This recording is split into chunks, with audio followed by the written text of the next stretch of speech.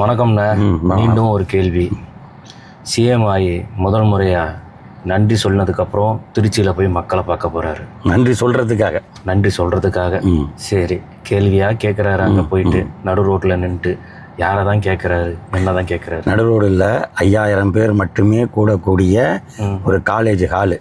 இதே 5000 பேர்னு லிமிட்டு கொடுத்தப்ப இந்த ஆட்சியில் என்ன ஸ்டாலின் சார் உங்கள் எஸ்ஓபி வச்சு பார்க்குறீங்களா, அது நாங்கள் எங்கள் அதிகாரம் வரும் பார்த்துக்குவோம்.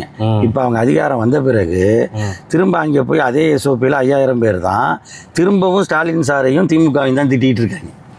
கோட்டச்சாமி முழிச்சுக்கையா உன் ஆட்சி வந்துடுச்சு அப்படின்னு ஞாபகப்படுத்த வேண்டிய நிலைமையில இருக்கு. நீங்கள் தான் சிஎம்னு ஞாபகப்படுத்த வேண்டியதாக இருக்குது. ஆமாம். அப்போ என்ன அப்படின்னா அவங்களோட நோக்கம்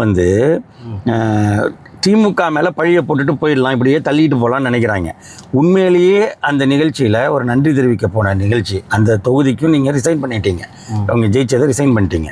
அப்போ இடைத்தேர்தலும் வரப்போகுது. அந்த தொகுதிக்கு நன்றி சொல்லும் பொழுது என்ன சொல்லணும், நாங்கள் இந்த ஆட்சியில் இதை செஞ்சுருக்கோம், இதை செய்ய போகிறோம், திருச்சிக்கு இதெல்லாம் கொண்டு வர போகிறோம். குறைஞ்சபட்சம் ஒரு முதலமைச்சராக ஒருத்தங்க எந்த ஒரு முதலமைச்சரும் ஒரு ஊருக்கு போனால் உங்களுக்கு அந்த மாவட்டத்துக்கு என்ன செய்கிறோம், அந்த ஊருக்கு என்ன செய்கிறோம்னு பேசுவாங்க.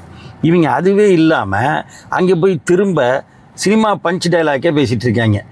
தீர்ந்த சக்தி, தூர்ந்த சக்தி, பேர்ந்த சக்தின்னு ஏதோ அதை ஒன்று எழுதி வச்சுக்கிட்டு, அதுவும் தெரியல, அப்பப்போ பேப்பரை வேறு எடுத்து வச்சு பார்த்துக்கிட்டு இருக்காங்க. இல்லைண்ணா, திடீர்னு புலி படம் ஆடியோ லான்ச்சை பார்த்துருப்பாங்க. இது வீர புலி டிஆர் பேசுகிற மாதிரி. ஆமாம், அது மாதிரி ஞாபகம் வந்திருக்கோம். இல்லை, இப்படியே சினிமா பாணி பார்த்தீங்கன்னா தமிழ்த்தாய் வாழ்த்துலேருந்து ஆரம்பிக்கிறாங்க நிகழ்ச்சியை. எங்கே பாட சொன்னது தமிழ்த்தாய் வாழ்த்த?